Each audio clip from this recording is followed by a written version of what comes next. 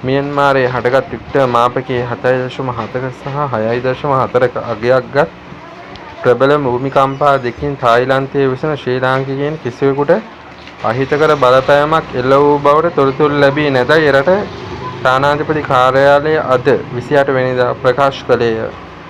තත්ත්වය සමීපව නිරීක්ෂණය කරන බවත් හදිසි අවස්ථාවකදී යන දුරකථන අංකයෙන් 66යි 81යි 24යි 98යි 011 තානාධිපති කාර්යාලය සමග ශ්‍රී ලාංකිකයන්ට සම්බන්ධ විය හැකි බවත් තායිලන්ත ශ්‍රී ලංකා තානාධිපති කාර්යාලය පැවසුවේය.